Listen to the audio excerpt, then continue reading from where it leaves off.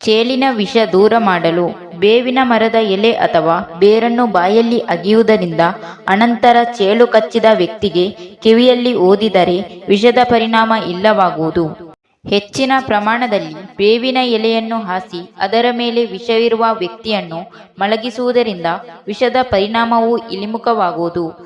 ಪ್ರಸವ ವೇದನೆಯನ್ನು ದೂರ ಮಾಡಲು ಪ್ರಸವ ವೇದನೆಯಿಂದ ಮಹಿಳೆಯು ತೊಂದರೆಗೆ ಒಳಗಾದಾಗ ಬೇವಿನ ಮರದ ಬೇರನ್ನು ಮಹಿಳೆಯ ಸೊಂಟದಲ್ಲಿ ಕಟ್ಟುವುದರಿಂದ ವೇದನೆ ಕಡಿಮೆಯಾಗುವುದು ಮತ್ತು ಪ್ರಸೂತಿಯು ಸುಲಭವಾಗುವುದು. ಸರ್ಪದ ವಿಷ ದೂರ ಮಾಡಲು ಚೈತ್ರ ಮಾಸದ ಮೇಷ ಸಂಕ್ರಾಂತಿಯ ದಿನ ಬೇಳೆಯಲ್ಲಿ ಬೇವಿನ ಎಲೆಗಳನ್ನು ಸೇರಿಸಿ ಚೆನ್ನಾಗಿ ತಿನ್ನುವುದರಿಂದ 1 ವರ್ಷದವರೆಗೆ ವಿಷಕಾರಿ ಸರ್ಪಗಳಿಂದ ಭಯ ಇರುವುದಿಲ್ಲ.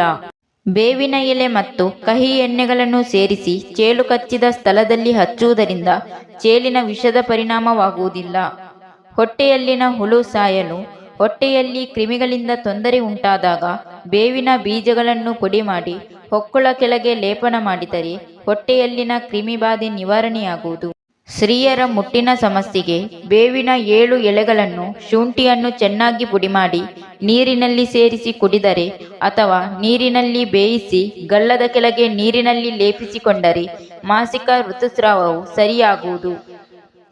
ಸೊಳ್ಳೆಗಳನ್ನು ಓಡಿಸಲು ಬೇವಿನ ಎಲೆಯ ರಸವನ್ನು ಅರಶಿನದೊಂದಿಗೆ ಸೇರಿಸಿ ಮೈಗೆ ಹಚ್ಚಿಕೊಂಡು ಮಲಗಿದರೆ ಸೊಳ್ಳೆಗಳು ಕಚ್ಚುವುದಿಲ್ಲ. ಗರ್ಭಧಾರಣೆಗಾಗಿ ಅಶ್ವಿನಿ ನಕ್ಷತ್ರವಿರುವಾಗ ಅಶ್ವತ್ಥದ ಟೊಂಗೆಯನ್ನು ತಂದು ಆಕಳ ಹಾಲಿನೊಂದಿಗೆ ಸೇವಿಸಿದ ನಂತರದ ಸಂಗಮದಿಂದ ಗರ್ಭಧಾರಣೆ ಉಂಟಾಗುವುದು.